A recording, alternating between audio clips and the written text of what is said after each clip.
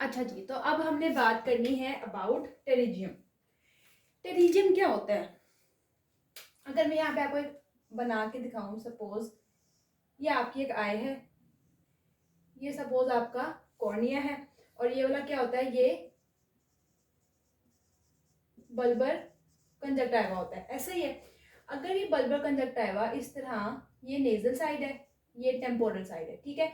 Mostly nasal side से ही होता है। बल्बर कंजक्टाइवा एक फाइब्रोवास्कुलर टिश्यू की तरह इस तरह अगर आपके पास कॉर्निया पे इंक्रोच करे, ठीक है, ऐसे, ये क्या है, एक फाइब्रोवास्कुलर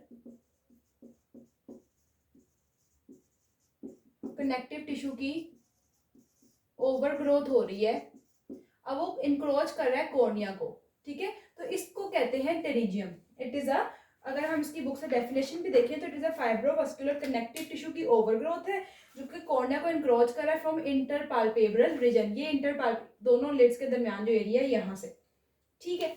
अब ये किन लोगों में होता है, ये इसकी डेफिनेशन थी, ठीक है। ये क्यों हो जाता है? अगर आपके पेशेंट की यूवी रेज का एक्सपोजर ज्यादा हो जाए, या आयल बहुत ज्यादा ड्राई हो जाए, उन लोगों में हो जाता है, ठीक है।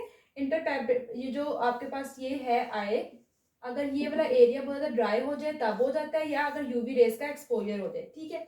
अब देखो इसकी पैथोलॉजी में क्या हम कह सकते हैं, पैथोलॉजी इसकी यही आ जाती है कि ये एक एक्सेसिव डीजनरेटिव कंडीशन है, ठीक है। क्या होता है, आपके पास जो कंजक्टाइवा है उसमें क्या हो जाती है, कंजक्टाइवा की डीजनरेशन हो रही है, साथ ही साथ हाइपरप्लेजिया भी होता जा रहा है, ठीक है। अब जो कंजक्टिवा है, कंजक्टिवा के ऊपर सारी, कंजक्टिवा का एक म्यूकस है, और ये सपोज करो ये आपके पास कंजक्टिवा के ऊपर म्यूकोजल लेयर है, सारा नीचे क्या होगा, सब म्यूकोजा होगा। अब उसके सब म्यूकोजा में भी क्या हो रही है, डीजनरेशन हो रही है, प्लस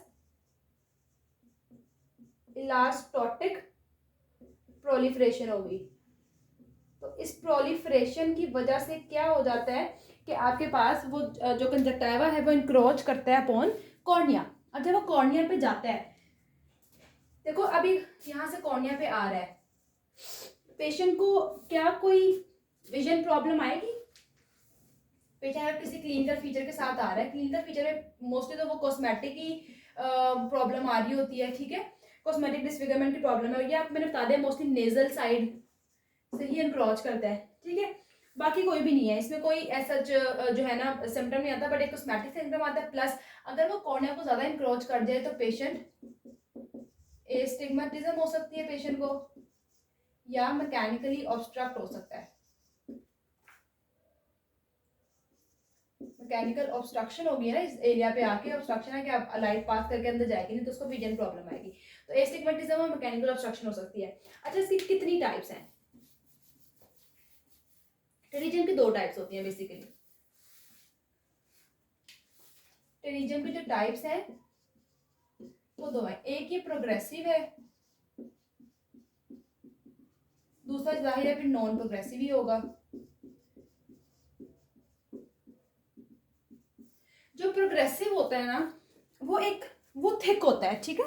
जो प्रोग्रेसिव है वो क्या होता है, अगर हम प्रोग्रेसिव की बात करें तो प्रोग्रेसिव थिक होगा, ठीक है, फ्लैशी होगा, और इसके आगे एक कैप होगी वस्कुलर टिश्यू की, हाईली वस्कुलर होता है। जो नॉन प्रोग्रेसिव है इसके बिल्कुल ऑपोजिट है, थिन होता है, एट्रॉफिक होता है, फ्लैशी नहीं होता ये, और इसकी कोई कैप नहीं होती, ठीक है। अब एक बंदे को टेरिजियम हो गया, अब उसको आपने क्या करना है, उसके ट्रीटमेंट क्या करोगे? पहले तो थोड़ी सी उसकी नॉन सर्जिकल ट्रीटमेंट करोगे ना आप, और बाद में सर्जरी की तरफ जाओगे। नॉन सर्जिकल ट्रीटमेंट हमने बात की थी यहाँ पे कि एक्सेसिव ड्राइंग की वजह से हो रहा है, तो हम उसको क्या दे देंगे, टीयर फिल्म देंगे ट्रीटमेंट में।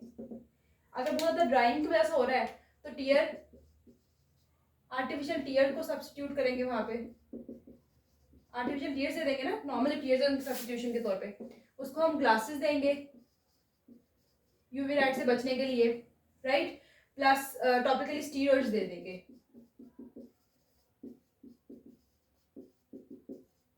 टॉपिकली स्टीरॉइड्स दे देंगे, ठीक है।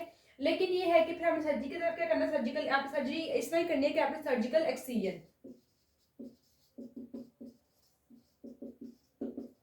Surgical excision of pterygium. लेकिन ये है अगर ये बात है कि अगर एक बंदा है उसको टेरिजियम रिकरेंट हो रहा है, आपने टीयर फिल्म भी दे दी है उसको, टीयर फिल्म देने के बाद आपने उसको वो ग्लासेस और टॉपिकल स्टीरॉइड्स और सब कुछ कर लिया और सर्जरी भी कर ली, लेकिन उस बंदे को दोबारा से अगर हो रहा है फिर आप क्या करोगे? फिर भी तो कोई ट्रीटमेंट होनी चाहिए ना। जो जिन बंदे में रिकरेंस हो रही है उनमें हमने कंजक्टाइवल ऑटोग्राफ लगा देना है,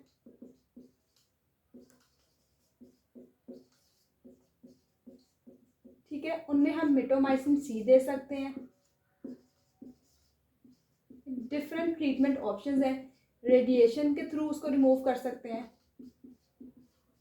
या हम उसको लेज़र के थ्रू ठीक कर सकते हैं। आई थिंक आर्गन है या कोई और लेज़र है वो आप देख लीजिएगा, ये चीज़ है, ठीक है। So it is pterygium. अब एक होता है सूडोटेरिजियम, ठीक है। एक तो सूडोटेरिजियम सिंपली अगर किसी पेशेंट का कंजक्टिवा में क्या होगा, कोई कॉर्निया के बर्न्स हैं, केमिकल बर्न्स हुए हैं, ठीक है, या उसको कॉर्नियल अल्सर हुआ है, उसकी वजह से बल्बर कंजक्टिवा जो होता है ना, वो बल्बर कंजक्टिवा कॉर्निया के साथ अटैच हो जाता है, तो उसको कहा जाता है कि इस पेशेंट को सूडोटेरिजियम है, ठीक है। तो उसमें सिंपली उसमें और इस टेरिजियम में क्या फ़र्क होता है? वो सिंपली बल्बर कंजक्टिवा लग गया ना, अब जो ये वाला एरिया होता है ना, इसके नीचे से आप प्रोब पास कर सकते हो, ठीक है, सूडोटेरिजियम में। और इन पेशेंट्स में डिप्लोपिया होता है, यही कोई खास डिफरेंस है, बाकी कोई डिफरेंस नहीं है, ठीक है। मतलब उसके अलावा आप कह सकते हो ना कि जो टेरिजियम है ये एक डिजेनरेटिव प्रोसेस है और ये इन्फ्लेमेशन के तौर पे हुआ है आपके पास, ठीक है। वो एल्डरली पर्सन में होता है, ये किसी भी एज में, जाहिर किसी भी एज में बर्न्स हो सकते हैं ना, जरूरी नहीं कि बर्न्स आपके किसी स्पेसिफिक एज में होने हैं। और ये आपके पास प्रोग्रेसिव होता है। हमें बात की ना कि प्रोग्रेसिव नॉन प्रोग्रेसिव है, ये प्रोग्रेसिव नहीं है और किसी भी एज में है, ये भी हमने बता दिया है। और इसमें प्रो पास नहीं कर सकते, इसमें प्रो पास कर सकते हैं। तो ये कुछ जो है वो 2-3 डिफरेंस है कि टेरिजियम अगर देखें तो ये आपके पास क्या डीजेनरेटिव है, उसके तौर पर जो सूडोटेरिजियम है वो इन्फ्लेमेटरी किसी भी एज, ये एल्डरली पेशेंट्स में होता है, इसके जो प्रो पास नहीं कर सकते, ठीक है, और ये प्रोग्रेसिव वगैरह होता है। तो ये 2-3 चीज़ें हैं। तो this is all about pterygium.